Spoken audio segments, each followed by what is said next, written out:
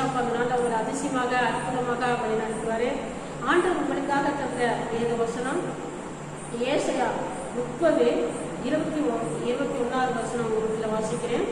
நீங்க வலதுபுறமாய் சாயும் பொழுது இடதுபுறமாய் சாயும் பொழுது வழி இதுவே, இதில் நடவுங்கள் என்று உங்களுக்கு முன்னாலே சொல்லும் வார்த்தையை உங்கள் காதுகளை கேட்கும்.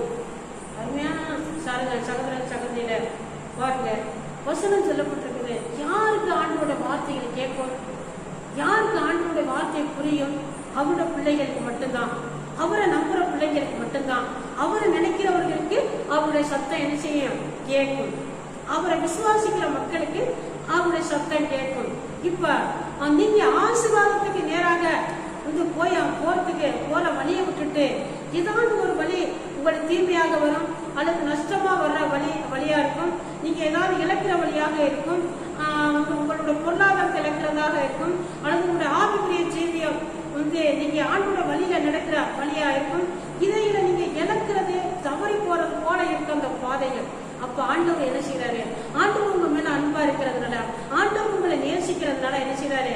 நீங்க போற பாதை சரியில்லை, நீங்க போற வழி சரியில்லாம இருக்குது, இதுல நஷ்டம் வரும், இதுல தீமை வரும், இது வந்து உங்களுக்கு வந்து கஷ்டமாக இருக்கும், நீங்க என்னை விட்டு பிரியறது கூட வந்து இது வழியாக இருக்கும் அப்படின்னு சொல்லி அவரை நேசிக்கிற பிள்ளைகளுக்கு என்ன செய்யறாரு? அவரோட சத்தம் கொடுக்குறாரு. சத்தம் கொடுத்து என்ன செய்யறாரு? நீ போற வழி சரியில்லை அப்படின்னு சொல்லி இந்த வழியில வாங்க, உங்களுடைய வழி நேர்மையாக போன்னு சொல்லி ஆண்டோட வார்த்தையை வந்து உங்க காதுல பேசுவாரு. எப்படி பேசுவாரு? சில வேளை வேத வசனத்தை படிக்கும் பொழுது ஆண்டோட சத்தத்தை கேட்கலாம். நான் சில வேளையில காலை நேரத்துல வந்து ஜபத்தை முடிச்சுட்டு காலையில இருந்து படிச்சாக்க பார்த்தா அந்த வேத வசனம் எனக்கு ரொம்ப ஆச்சரியமா இருக்கும். பைபிள வந்து எழுத்துதான் படிக்கிறேங்கிறத மறந்துறது போல இருக்கும். அப்படியே எழுத பார்த்துக்கிட்டே வருவேன். ஆண்டோட அந்த வெளிய சத்தம் அப்படியே சத்தமா உண்மையிலேயே அவரோட சத்தமா பேசுற போல தெரியும். எனக்கே ஆச்சரியமா இருக்கும். தனியாக இருந்து நம்ம படிக்கும்போது இதெல்லாம் எப்படி ஆண்டோட சத்தம், ஆண்டவர் பேசுற வார்த்தை வேத வசனம் மூலமா பேசுவாரு. சில வேளையில வந்து சபையில போதகர்கள் மூலமாக பேசுவாரு. சில வேளையில நம்ம எங்கேயாவது போய்கிட்டு இருப்போம், வந்து நிறைய சபைகள்ல வந்து சர்ச்சையில வந்து இன்னைக்கு வசனம் காதுல கேட்கிற போல ஒளி மூலமா கேட்கறது போல வச்சிருக்கிறாங்க.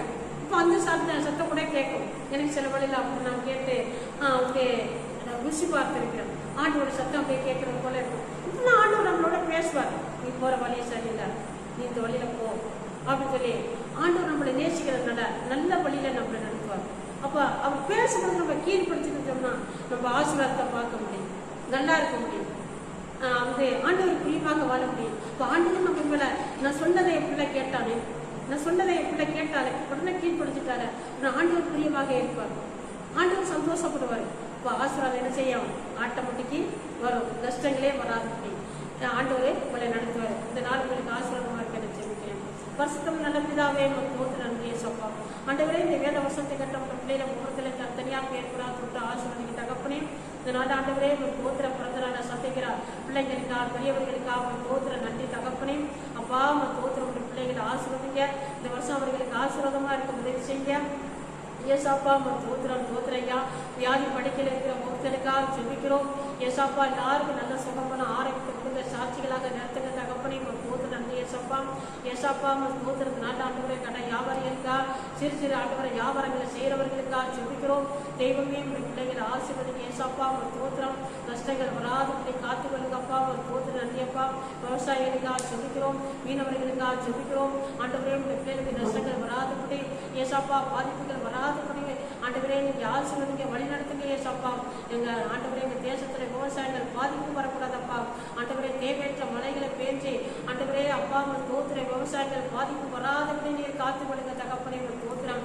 எங்க தேசத்துல சமாதான சந்தோஷம் உண்டாகட்டும் தகப்பனை தோத்திரம். இந்த ரட்சிப்பு உண்டாகட்டும் தகப்பனை தோத்திரம். நன்றி ஏசாப்பா தோத்திரம். இந்த நாள் எல்லாருக்கும் ஆசீர்வாதமா இருக்க உதவி செய்யும். நீ கேட்கிற பிள்ளைல ஒவ்வொருத்தருக்கும் ஆசீர்வாதமா இருக்க உதவி செய்யும். ஏசி